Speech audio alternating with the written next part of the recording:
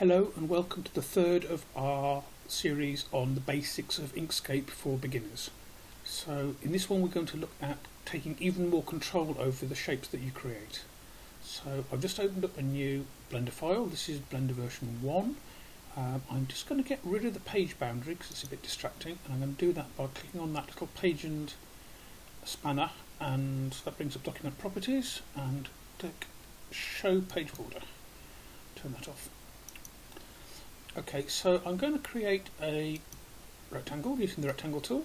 Okay, this one's got round corners to start with. We don't need those, so I'm just going to click these square corners, and I'm going to select it. So press the S key for select tool, and I've clicked on it, and I'm going to duplicate it. So to duplicate it, it's Control D.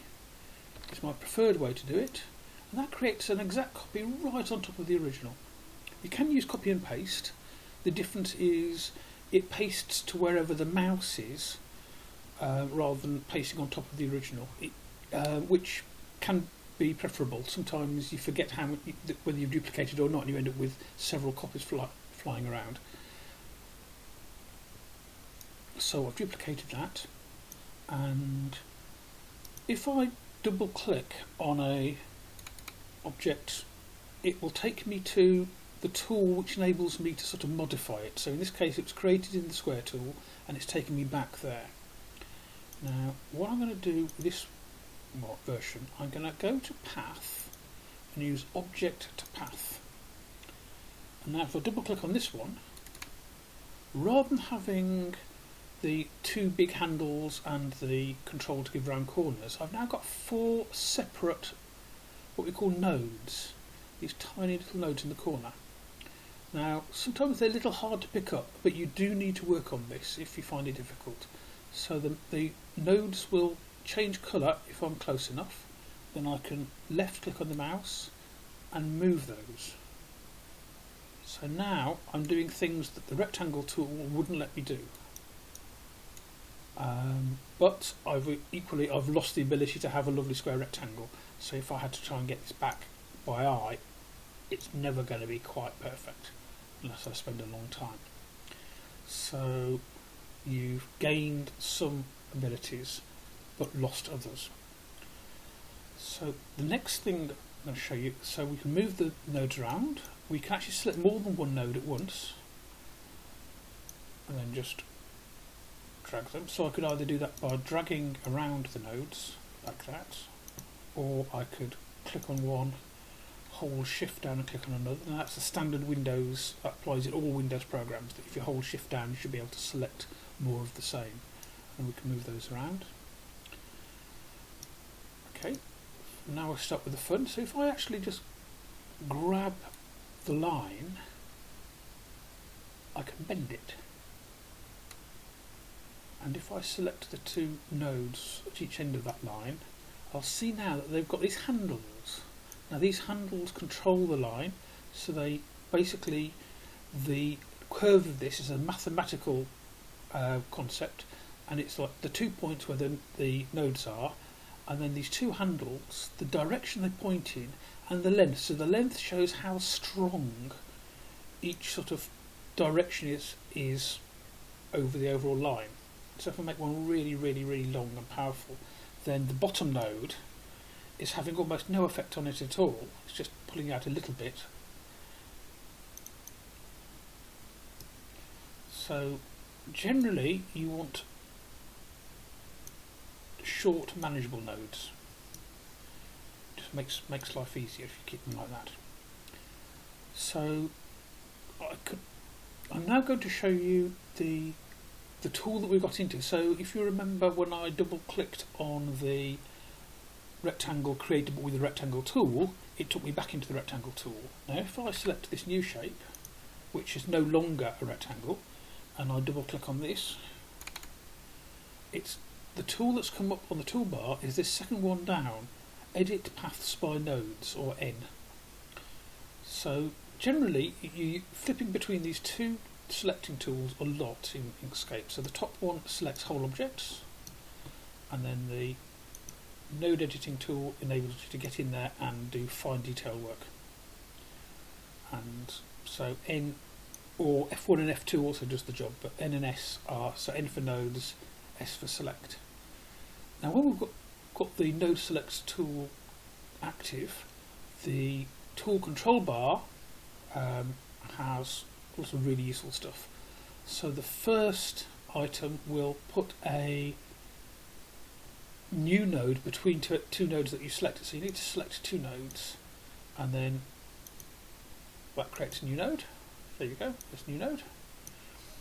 The next one is node minus, so that's and click that. Sort of predictable what that's going to do. The next few connect nodes and break them apart, which we'll come to later on. The diagrams are self-explanatory. So say the third one where it's two joined nodes becoming two nodes that aren't joined. If I just select those and click on that, get rid of them, and then the opposite is two nodes that aren't joined back to two nodes that are joined. There we go. But feel free to play with those. The ones I want to show you are the next little bunch. So at the moment on this shape, all the corners are all the nodes are what we call corner nodes. So the lines coming out at different directions from both sides. And if you look at the nodes on the screen, they're sort of diamond shaped, and the node on the icon is also not diamond shaped, so that's a corner node. If I select one of them, let's select this lucky one down here, and I click make smooth nodes, it's suddenly given us a different sort of handle. And in fact, in this case, I'm going to need to get the other handle out, which I'm going to do by holding shift down. Now when I move one handle on this one, the other changes direction too, rather than these ones where each side of the handle moves independently. So a corner node does what it says, but smooth nodes are just way more useful. The next of these four icons, the next two are also different sorts of smooth nodes. I tend to stick with the first one. It does all the jobs I need, by and large. But generally, if you're creating shapes, unless you need a corner, don't have a corner, because otherwise, if you're sort of doing it manually to look like it's a smooth node, and then something moves, it can create sort of very ugly effects. But smooth nodes are things of beauty. Getting to the hang of these nodes is really, I would say, the high art of Inkscape. We'll be coming onto a tool soon in another session where you'll actually create nodes from scratch. But once you've got the hang of nodes and feel confident using them, then you can make very precise shapes. You can trace objects really precisely, and you've got this whole joy of vector graphics. But it is an uphill struggle. You know, from a very early age, all humans have created lines by dragging a finger in the sand or a pencil across paper, and suddenly we're trying to create lines in a totally new way. So if you haven't done it before, you know, give yourself plenty of time. If you lose control, don't worry, it comes with time, but it is a really powerful set of tools. Very quick last point is, just going to get rid of that. So this is our rectangle. I'm going to double click on it again, which takes us, because it's created the rectangle,